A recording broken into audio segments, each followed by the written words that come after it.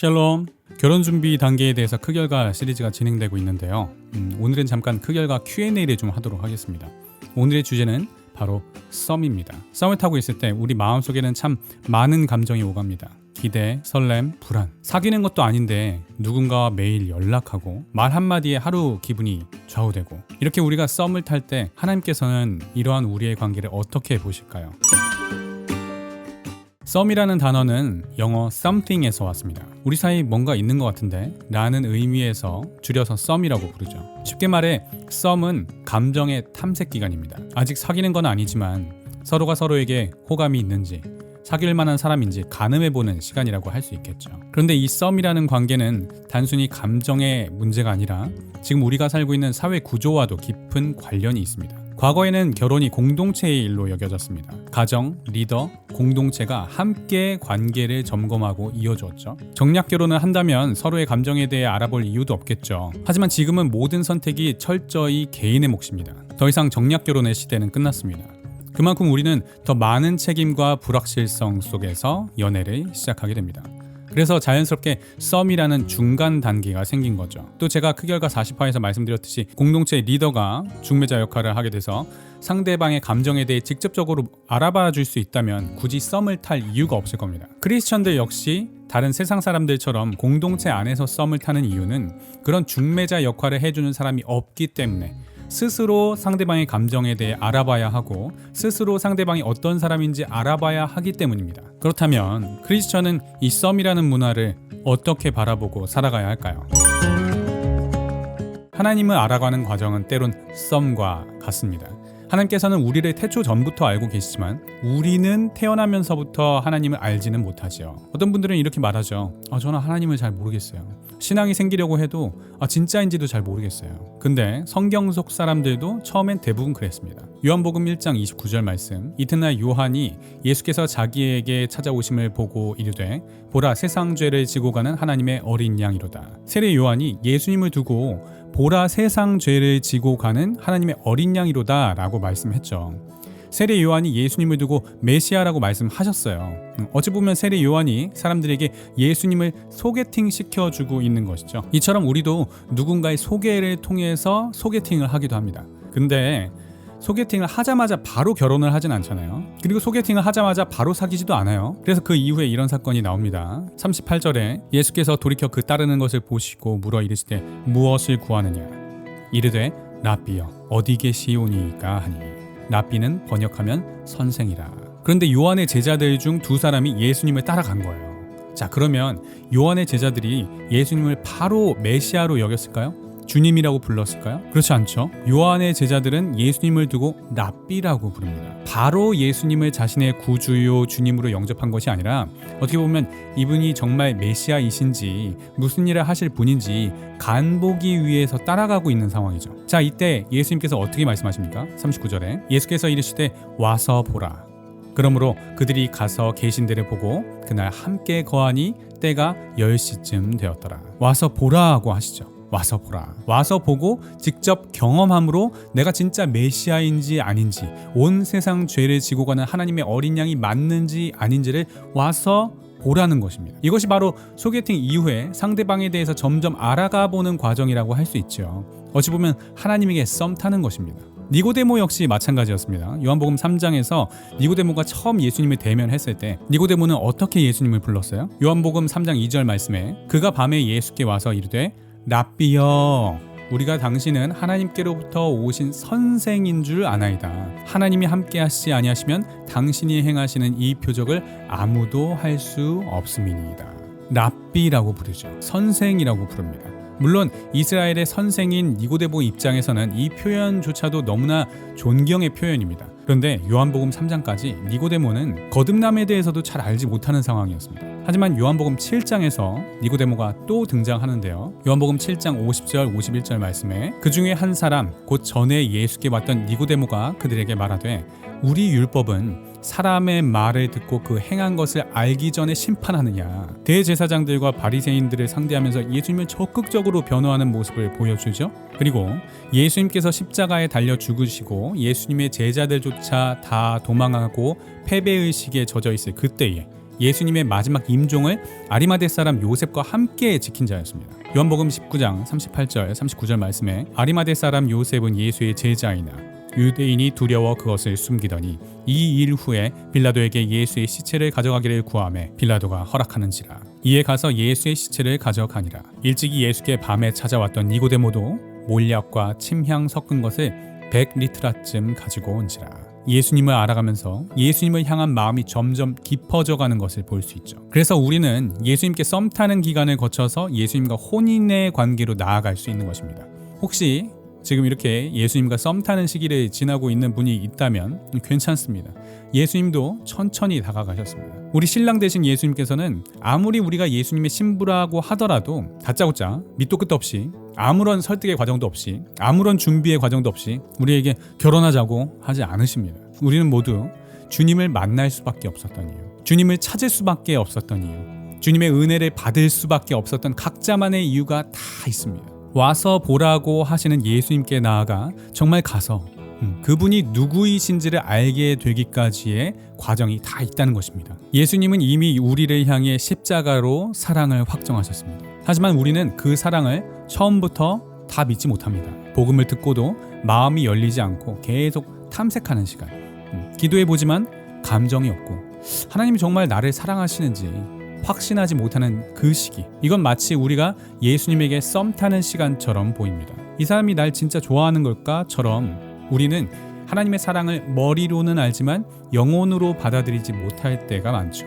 그러나 어느 순간 거듭남의 은혜로 우리는 그 사랑을 체험하게 되고 비로소 마음을 엽니다. 요한일서 4장 19절 말씀에 우리가 사랑함은 그가 먼저 우리를 사랑하셨습니다. 그때부터는 썸이 아니라 진짜 사랑이 시작되는 겁니다. 그래서 하나님과의 관계에도 인간의 입장에서 보면 썸 같은 시간, 그 탐색과 기다림의 시기가 있다고 말할 수 있어요. 하지만 그 썸은 하나님 쪽에서 보면 언제나 열린 사랑이고 기다림입니다. 크리스천으로서 우리가 썸을 대할 때 기억해야 할 6가지 태도를 나누고 싶습니다. 첫 번째, 썸의 목적을 점검하라. 썸은 단지 감정의 유의가 아니라 이 사람과 교제할 수 있는지, 나아가 결혼을 염두에 둘 수 있는지를 분별하는 탐색의 시간입니다. 그런데 괜찮은 사람 같다고 바로 사귀어도 되는 걸까요? 저는 그렇게 생각하지 않습니다. 크리스천은 느끼는 대로 살아가는 사람이 아니에요. 예레미야 17장 9절은 말합니다. 만물보다 거짓되고 심히 부패한 것은 마음이라. 누가 능히 이를 알리오마는. 우리는 감정에 끌려 사는 존재가 아니라 말씀에 따라 살아가는 존재입니다. 요한일서 2장 16절도 말하죠. 이는 세상에 있는 모든 것이 육신의 정욕과 안목의 정욕과 이생의 자랑이니 다 아버지께로부터 온 것이 아니요 세상으로부터 온 것이라. 예수님께서도 자신의 뜻대로 행하지 않으시고 아버지께서 하시는 말씀과 뜻에 따라만 사역하셨습니다. 그렇다면 우리의 감정은 필요 조건일 수는 있어도 결코 충분 조건이 될 수는 없습니다. 썸의 목적은 내가 좋다가 아니라 하나님의 뜻을 발견하는 데 있습니다. 두 번째, 여러 사람과 동시에 썸 타는 것을 주의하라. 썸은 아직 구체적인 약속이 없는 관계입니다. 법적으로는 아무 책임이 없고 도의적으로도 자유롭다고 말할 수 있겠죠. 하지만 그렇다고 동시에 여러 사람과 썸을 타는 것이 정당하다고 보기는 어렵습니다. 연애는 신뢰의 문제입니다. 썸조차도 교제를 전제로 하는 관계이기 때문에 교제를 기대하고 교제의 청사진을 그려보는 사람에게는 한 사람에게 집중된 태도가 필요합니다. 솔로몬이 술람미 여인에게 끊임없는 사랑을 보이며 신뢰를 얻었듯이 예수님께서 우리에게 한결같은 사랑을 보여주셨듯이 썸 관계 안에서도 그 마음을 보여주는 태도가 필요합니다. 그렇지 않고 어장관리처럼 행동한다면 신뢰는 깨지고 관계는 무너질 수밖에 없습니다. 세 번째, 선을 넘지 말라. 썸의 문제는 애매함입니다. 사귀는 건지 아닌지 모호한 경계 위에 있기 때문이죠. 하지만 이 애매함을 악용해서는 안 됩니다. 명확히 사귀는 사이에서만 가능한 표현과 행동들이 있어요. 단둘이 영화를 보거나 늦은 시간 귀가를 도와주거나 특별한 날도 아닌데 편지나 선물을 주는 것, 이런 것들은 상대에게 오해를 일으킬 수 있습니다. 더 나아가 어떤 분은 구체적인 고백 없이 행동으로만 관계를 이끌어가려 하기도 해요. 하지만 그것은 상대에게 큰 혼란을 줍니다. 결국 우리 무슨 사이야? 라는 질문이 나오게 만들죠. 더 심각한 것은 썸 관계에서 스킨십이 일어나는 경우입니다. 저는 교제하는 사이라 하더라도 스킨십은 안 된다고 생각해요. 그런데 사귀는 사이라 해도 안 되는 걸 썸 타는 사이에 한다? 이것은 선을 아주 강하게 넘는 것이죠. 룩과 보아스도 은근한 썸이 있었지만 절대 넘지 않아야 할 선이 있었죠. 삼손과 드릴라처럼 썸이 죄로 이어질 수도 있다는 것을 반면교사로 삼아야 합니다. 감정은 진심일 수 있어요. 그러나 진심이 곧바로 행동으로 옮겨져도 된다는 의미는 아닙니다. 표현은 언제나 절제 속에서 빛납니다. 네 번째, 다른 사람과 교제 중인 사람에게 호감 표현하지 말라. 다윗과 아비가일 이야기를 기억하세요. 다윗은 아비가일에게 호감이 있었지만 그녀가 나발과 혼인관계에 있을 때는 아무 말도 하지 않았습니다. 단지 나발이 죽은 후에야 다윗은 아비가일의 아내로 맞이하려고 전령을 보냈죠. 지금 시대엔 결혼한 관계가 아니라 해도 교제 중인 사이라는 것은 결혼을 준비하며 서로를 알아가는 단계입니다.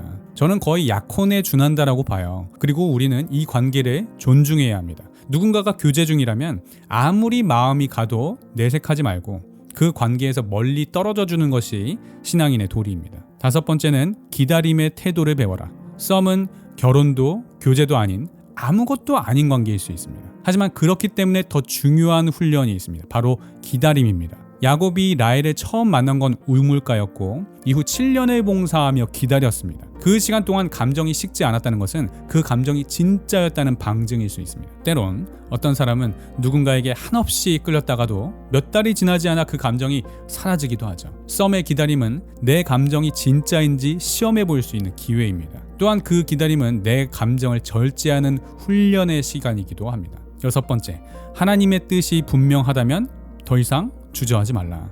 자, 반대의 경우도 있어요. 감정도 있고 하나님의 인도하심도 명확하고 주변 사람들도 다 괜찮다고 하는데 이것저것 인간적인 이유로 질질 끄는 경우입니다. 스스로 준비가 안 됐다고 생각하거나 집안 환경을 핑계로 교제로 넘어가지 못하고 썸 상태를 유지하죠. 이럴 땐 고구마 100개 먹은 것처럼 답답한 상태가 됐죠. 하지만 하나님께서 분명히 인도하시는 것이 있다면 더 이상 머뭇거리지 마세요. 호세아처럼. 심지어 이해되지 않는 명령에도 순종했던 선지자처럼 말이죠. 결혼은 사명입니다. 내 행복이나 타이밍보다 하나님의 말씀과 뜻에 순종하는 것이 결혼의 출발점이어야 합니다. 정리하겠습니다. 크리스천이 썸을 대할 때 기억할 6가지 태도. 첫 번째, 목적을 분명히 하라. 썸은 감정이 아니라 하나님의 뜻을 분별하기 위한 탐색이다. 감정은 필요 조건일 뿐 충분 조건은 아니다. 두 번째, 오직 한 사람에게 집중하라. 썸이라 해도 신뢰가 기본이다. 여러 사람과 동시에 썸 타는 태도는 관계의 진실성을 무너뜨린다. 세 번째, 선을 지켜라. 썸의 모호함을 감정 표현이나 스킨십으로 넘어서지 말라. 관계의 단계에 맞는 언어와 행동을 사용해야 한다. 네 번째, 교제 중인 사람에겐 마음을 두지 말라. 상대가 교제 중이라면 내 감정보다 관계의 거룩함을 우선시하라. 다섯 번째, 기다림을 훈련하라. 썸의 시간은 감정 절제와 진정성을 확인하는 훈련의 시간이다. 야곱처럼 라헬을 위해 기다릴 줄 알아야 한다. 여섯 번째, 하나님의 뜻이 분명하다면 순종하라. 확신이 있는데도 인간적 이유로 질질 끄지 말라. 결혼은 타이밍이 아니라 하나님의 사명에 대한 순종이다. 썸도 결국 하나님이 주신 관계의 일부가 될 수 있습니다. 중요한 건 그 감정 속에서 내가 얼마나 정직하고 신실하게 반응하고 있느냐는 것이죠. 하나님은 우리를 정죄하지 않으시고 우리를 기다리시며 우리의 마음을 훈련시키시고 계십니다. 다음 영상에서는 썸과는 뗄래야 뗄 수 없는 주제, 밀당이라는 주제를 다뤄보는 시간 갖도록 하겠습니다. 그럼 다음에 다시 뵐 때까지 우리 모두 샬롬.